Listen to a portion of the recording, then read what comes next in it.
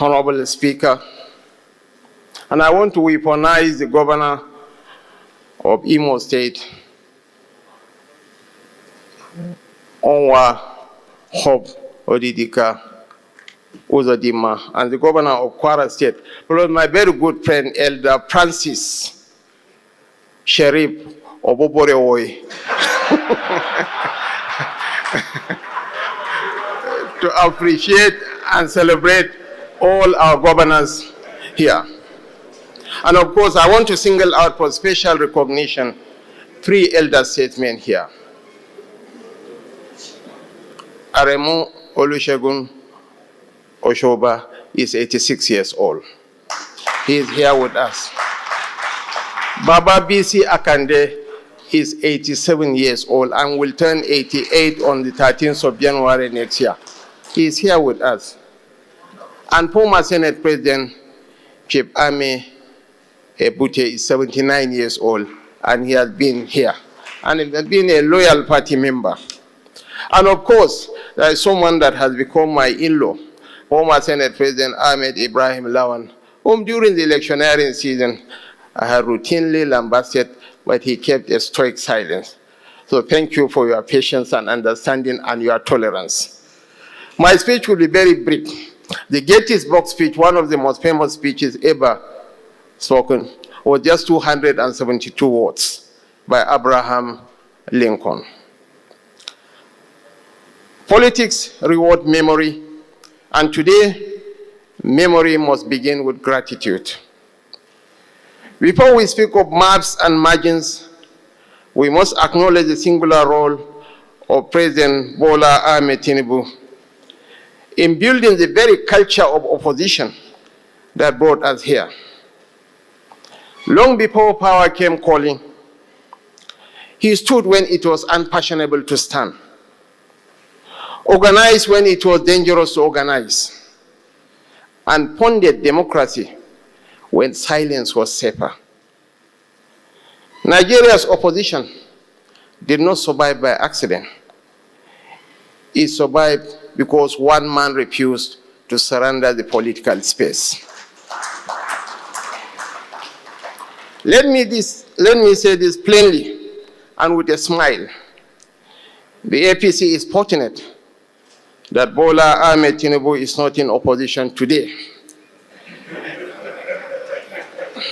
He's the kind of fighter you pray never stands across the ring from you twice. His experience is not just history, it is the armor of this party, forged in resistance, sharpened by survival, and perfected by victory. In 2015, we won 21 states because Nigerians believed in change and because our coalition was disciplined. In 2019, we retained power with 19 states, learning that incumbency protects but does not persuade. In 2023, we won the presidency with 12 states. But as we look towards 2027, one truth stands above all others. Defections follow confidence. And confidence today flows from the trust in the leadership of President Bola Ahmed Tinubu. People do not cross over because of slogans. They cross over because they trust judgment, they trust courage, and stay in power. They know that our president understands opposition, understands power, and understands how to keep pace with those who take political risk. In 2003, 2 APC ANPP governors were blood-drawn into submission and were forced to join the PDP. And our governors, opposition governors in the Southwest, went to sleep. Only one man was awake, and the PDP regime machine overran the whole of the Southwest. But today, it's a different ball game. We are 28 states strong. Only a fool hell-bent on a suicidal path or an outright imposter can dare to challenge President Bola Ahmed Tinubu in 2027 election.